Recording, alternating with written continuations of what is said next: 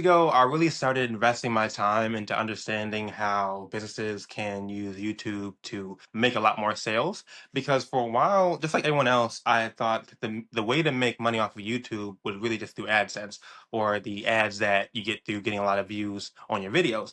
Or through like branding or something like that. I thought those were the only paths. But then I came across a couple of channels where it was clear they had lower views, but they were still able to generate a lot of sales for their business because they were selling higher end products or higher end digital products like $5,000, $6,000 plus. And through that model of using YouTube as an exposure method rather than way to get paid off of ads, they were able to get sales without even getting in front of that many people. Because for a long time, I used to make a lot of shorts. Because I'm a videographer, I'm trained to be an editor. And so I would make podcast shorts or just different shorts for businesses selling products. And I thought that was the most direct way to get sales from an online platform. I'd always really liked YouTube and spent a lot of time on YouTube. But in terms of thinking like a business, especially a smaller business, could profit off of it, that just didn't make any sense to me because I assumed that you needed a lot of views. Like essentially, the only way to be profitable was to have a mass audience. Eventually, more and more people caught on in terms of the creator economy because more and more people started making online courses and online programs. What I noticed is, whereas a bunch of people were able to be successful from the online course or program method and making themselves known to the audience through YouTube to the point where online programs and courses and paid groups. At this point, these things are really saturated, and people almost roll their eyes when they hear you talk about a course. And that's not to say that you can't still make a whole lot of money that way, because a lot of people definitely still are doing that. But the difference is now there's a slightly higher barrier to entry because now people kind of have their guard up when they hear about online courses or programs just because they've heard it so many times. But when it comes to service-based businesses or other types of digital products that aren't online courses or programs, that's something that a lot of people haven't seen as much on YouTube. So, for example, if you're a SaaS company, it actually makes a whole lot of sense to put your videos on YouTube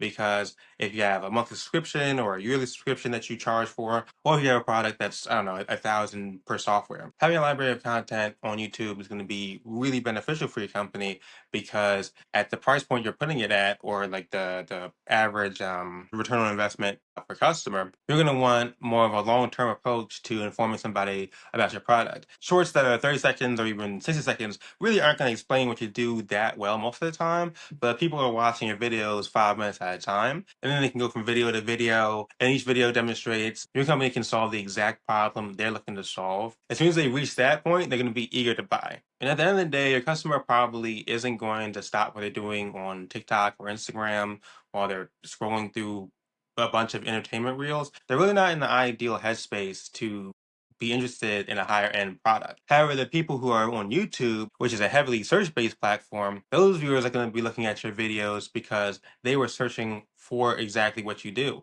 or something like it. So, for this reason, my production company explicitly focuses on creating libraries of content for businesses that want to be on YouTube. I work with business owners that have tried to post shorts on Instagram or TikTok, but have had no success, especially because they can't really explain what they do in so little time. I also work with business owners who might have invested a lot in a podcast for their business, but they haven't seen the returns or the sales that they wanted to because it hasn't gotten them any exposure. A business is a great fit for me if they've done a lot of content in the past, but it didn't get the traction that they feel it deserved. And with some tweaks here and there, those old videos can be repurposed for YouTube. I specifically work with business owners who already have a YouTube channel and want to get more success from it. And I also work with business owners that are interested in the channel but have no idea where to start. A main service that I provide is repurposing past content that you've made that can be edited and made ready to post on YouTube. That could be podcasts, webinars, training videos, whatever. And then if you don't have content to repurpose, I also record business owners in an online studio so that from anywhere in the world they can create